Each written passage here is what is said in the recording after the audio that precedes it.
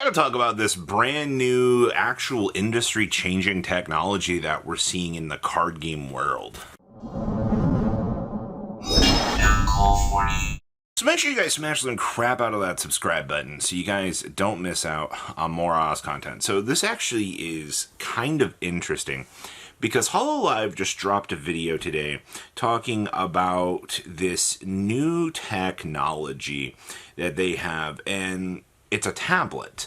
And with this tablet and a specific playmat that they have, you are able to play the Hololive card game via computers and via actual people. And this is actually kind of an interesting concept to think about here, because just by having a basic playmat that makes it easier to read images, such as, if I have this on like a certain colored playmat, the technology would be able to read this and I'd be able to play this. It wasn't Pokemon, it wasn't Yu-Gi-Oh! That was the first ones to come up with this. It was a corporation that was based on software that just happened to be covered. Now, a little bit of background from what I was reading. Before, all of this, all the Hololive, all the VTuber stuff, they were a corporation that was based on software. They do have a background in this.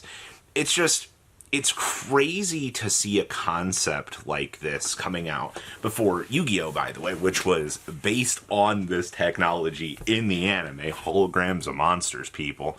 And proprietary, as much money as Pokemon has thrown out at innovations.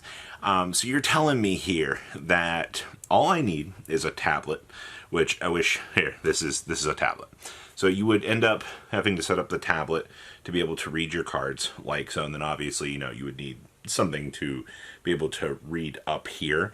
And then basically, the way that the mat is colorized makes it extremely easy for you to be able to read the cards. Now, from what I was seeing with this, it ends up creating a kind of like Edo Pro, for example, where you would have the opponent set up and, you would just have their screen on your side or whatever, and you combine them together, you get like a full zoom to be able to kind of see the field and see how, things are developing.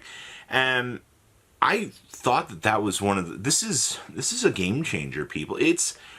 I'm not going to say that, it's crazy, but it's enough that we stepped into a generation where we could see this. And also, the reason why they were talking about wanting to make this technology was they wanted it to, actually in-house, be able to have the talents be able to play each other.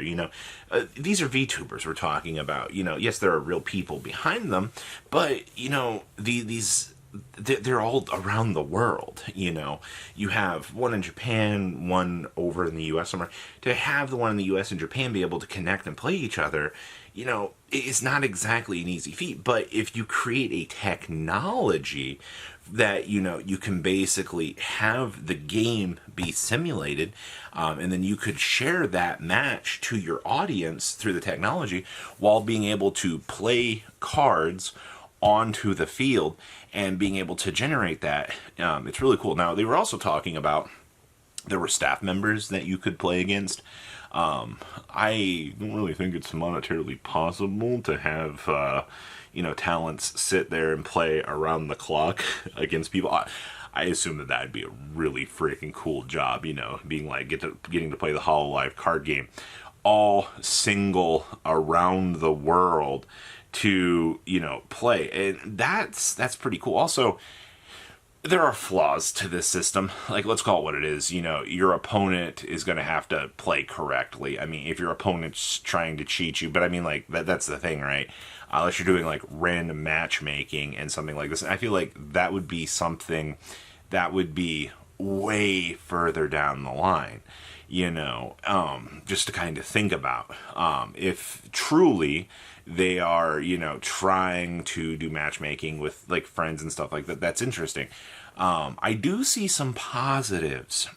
First of all, a technology like this.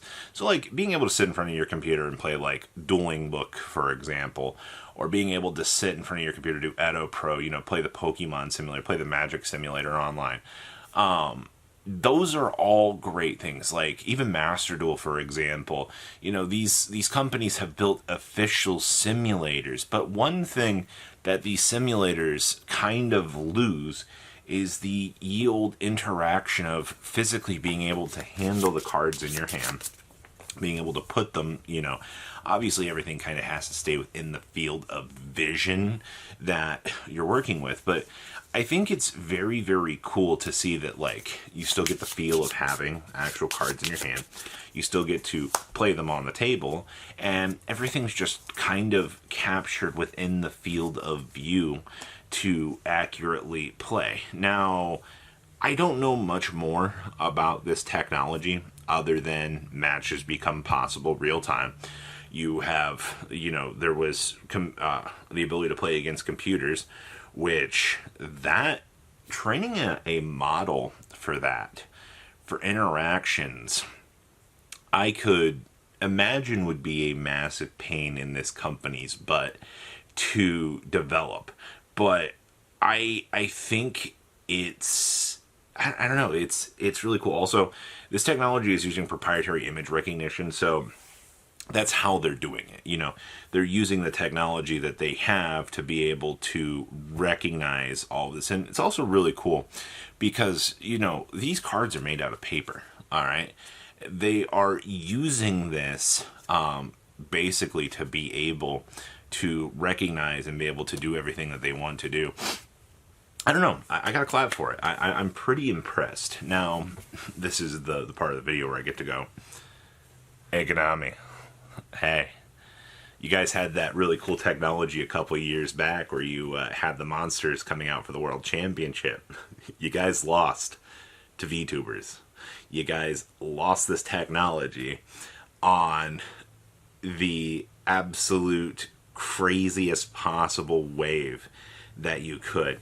And I can't say that I'm disappointed, but I'm glad to see that innovation is happening in the TCG space. And once again, this might not be some innovative, crazy thing. You're like, oh, image recognition technology is, nothing new. And it really isn't anything new, but it's innovative enough to see, like, if you can bridge a simulator into real life. And I guess also that's another problem too you would have to think about is, like, Pokemon rotates every couple of years.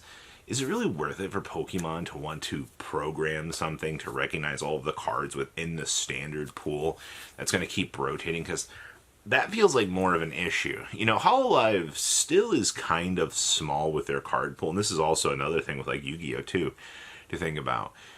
Yu-Gi-Oh! As a game is, you've got over 10,000 recognizable cards that you would have to try to program in.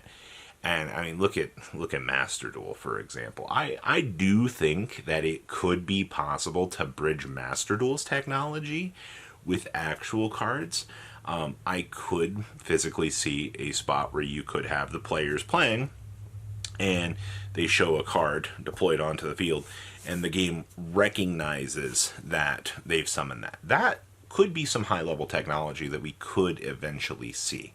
That seems way more possible with the existing technology that we've already got.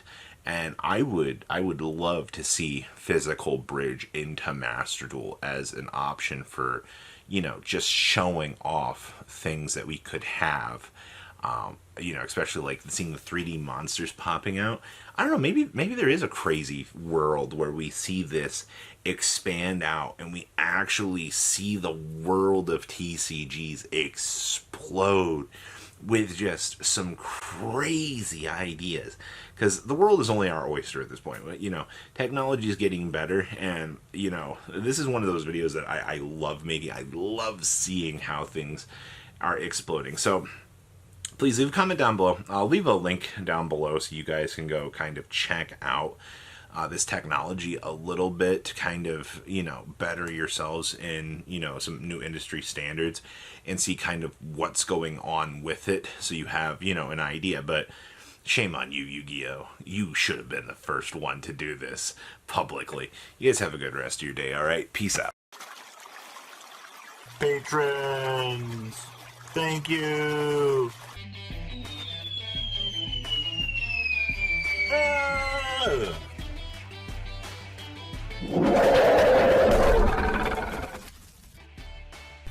Thank you so much for watching. Check out these other videos.